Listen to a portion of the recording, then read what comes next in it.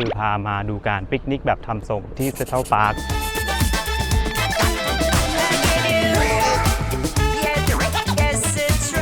โอ้ยดูชิลมากดูชิลมากหันไปมองหลังครับโอ้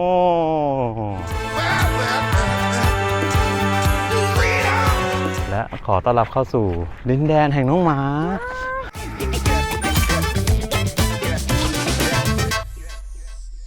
วันนี้เป็นความคิดของเบลพัทนะฮะเขาต้องการที่จะไปปิกนิกกลางเซ็นทรัลพาร์คนะฮะเป็นสวนสาธารณะที่ใหญ่มากๆนะครับในนิวยอร์กเนี่ยเริ่มจากการหาทำเซตก่อนตอนแรกก็ซื้อดอกไม้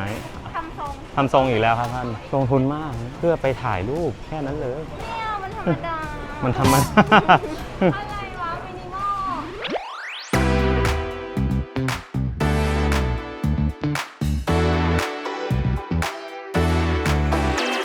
ช้อปปิ้งไปกี่บาท1,800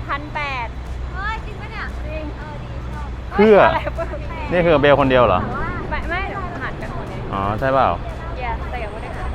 ตอนนี้ครับเราอยู่ในเซ็นทรัลพาร์คแล้วนะครับเซ็นทรัลพาร์คก็คือหนึ่งในสวนสาธารณะที่เรียกได้ว่าใหญ่อันดับต้นๆเลยนะแล้วก็ในนิวยอร์กเนี่ยคือใหญ่สุดคือถ้ามองจากเป็นเฮลิคอปเตอร์ลงมาจะเห็นเป็นแบบว่าเป็นเหมือนอารมณ์ประมาณเหมือนป่ากลางเมืองอะไรอย่างนั้นเลยก็จะเป็นสถานที่สำหรับที่คนในนิวยอร์กเนี่ยเขาจะมาพักผ่อนหย่อนใจปิกนิกทำกิจกรรมครอบครัวอะไรอย่างเงี้ยเดี๋ยวเราจะไปตรงจุดที่เรียกว่าชิปมีดาวมันจะเห็นวิวตึกด้านหลังแล้วก็เป็นทุ่งหญ้ากว้างๆซึ่งเป็นการมาปิกนิกทำทรงนะครับเพราะว่าเบลพาไปซื้อพร็อพใช้ไปทั้งหมด 1,800 บาทนะครับเพื่อการมาปิกนิกแค่นั้นแล้วไม่ได้ปิกนิกจริงด้วยเป็นฟีลแบบมานั่งถ่ายรูปเดี๋ยวไปดูกันครับว่าลองใช้ชีวิตแบบชาวนิวยอร์กเกอร์เป็นยังไงนี่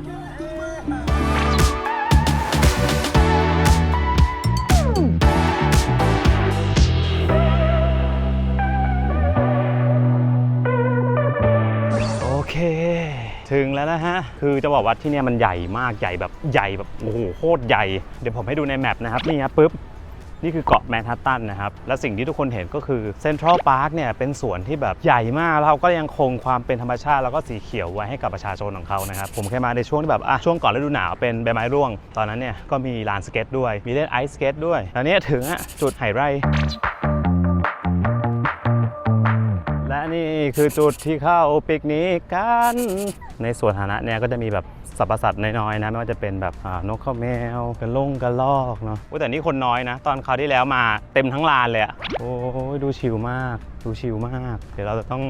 เล็งจุดที่แบบว่าหันไปแล้วถ่ายรูปสวยก่อนนะครับแต่ถ้าอยากถ่ายรูปสวยจริงๆเนี่ยควรจะไปฝั่งนู้นแล้วมองกลับไปเป็นตึกนั่นแหละถึงจะสวยสุดแต่บางคนเนี่ยเราเห็นไหมฝรั่งหลายๆแก๊งนะฮะเขาจะแบบถอดเสื้อผ้านะฮะแล้วก็นั่งตากแดดไปเลยผิดกับคนไทยคือเราหลบแดดกันอย่างเดียวเนี่ยคนละมูดหันไปมองหลังครับโอ้ไงหาทำไหมเนี่ยแล้วทุกคนนอนหมดเห็นปะทุกคนนอนแบบร้อนแคร์เพราะว่าฉันมาเพื่อพักผ่อนแล้วก็หลับเลยนะนี่ครับแล้วก็ให้ดูวิวข้างหลังแล้วพูดพร้อมกันว่าวิวสันโอ้จริงๆแถวๆนี้สวยสุดแต่ว่าจะร้อนว่าโซนนี้น่าจะดีนะครับเพราะว่าหันไปปุ๊บเนี่ยวิวข้างหลังก็จะเป็นตึกแล้วก็อยู่ในร่มนี่คือจุดทำทรงครับดูความพร็อพนะครับพี่ออยเอามาให้นะจริงจังแค่ไหนมีแม้กระทั่งดอกไม้นะครับไอ้น้องเขาวางของแล้วครับถึงช่วงเวลาครับจัดพร็อ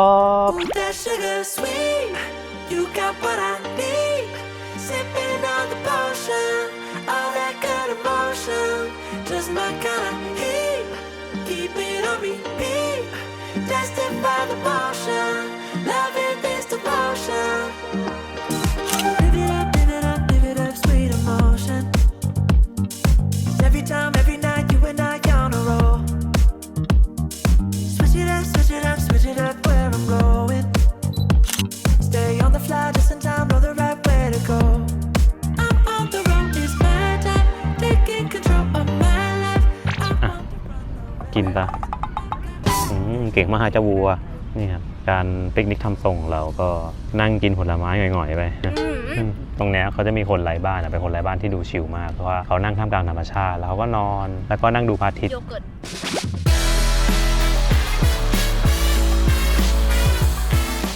บรรยากาศโคตรชิลอย่างที่เล่าให้ฟังไปครับบางคนก็เนี่ยมานั่งคนเดียวบางคนก็มานั่งสนทนากับเพื่อนแล้วก็ดูวิวฮะบางคนเนี่ยนะผมบอกเลยนะกลิ่นมานี่รู้เลยดูเนื้อ เพราะว่าเขาเพิ่งอ่านกฎหมายที่นิวยอร์กนะครับใช้เพื่อการสันทนาการเลยยิ่งเป็นที่นิยมบางคนเนี่ยฮะก็พาหมามาเล่นเนี่ยดูน่ารักโอ้โหข้างหลังนี่คือแบบด็อกแฟมิลี่อ่ะทุก คนมีน้องหมาเต็มไปหมดนี่ครับแล้วก็ด้านหลังเนี่ยคุณก็จะเห็นนะมันมีร้านนั่งชิลคนก็มานั่งดื่มกาแฟนั่งทำงานแล้วก็อุ้ยข้าหมาเดินเล่นอุ้ยตัวใหญ่มากดูดิทุกคนดูดิตัวใหญ่มากโอ้แล้วก็ตรงนี้ครับนี่คือดงแบบ Dog and Family โอ้ยเบลต้องชอบมากแน่เลยอ่ะเดี๋ยวไปลากเบลมาดูก่อนผมจะพาคุณไปดูของโปรดนี่ไงกระรอกเกาะรั้วอยู่นี่และขอต้อนรับเข้าสู่ดินแดนแห่งน้องหมาแต่เราเข้าได้ปะเนี่ยเข้าได้สิเขาเอาหมามาวิ่งด้วยกันอะเต็มเลยอะทุกบ้านอะทุกคนเอาหมามาวิ่งเต็มไปหมดเกิดเป็นหมาที่นี่โคตรมีความสุขเลยดูดิแบบเขามีสวนสาธารณะที่แบบทุกที่อะครับเขาจะเป็นแบบเพจเฟรนลี่หมดในโรงแรมหลายโรงแรมก็เพจเฟรนลี่เครื่องบินก็เพจเฟรนลี่ร้านอาหารก็เพจเฟรนลี่เยอะมากใครมาก็รู้สึกว่าแบบแฮปปี้อะไรเงี้ย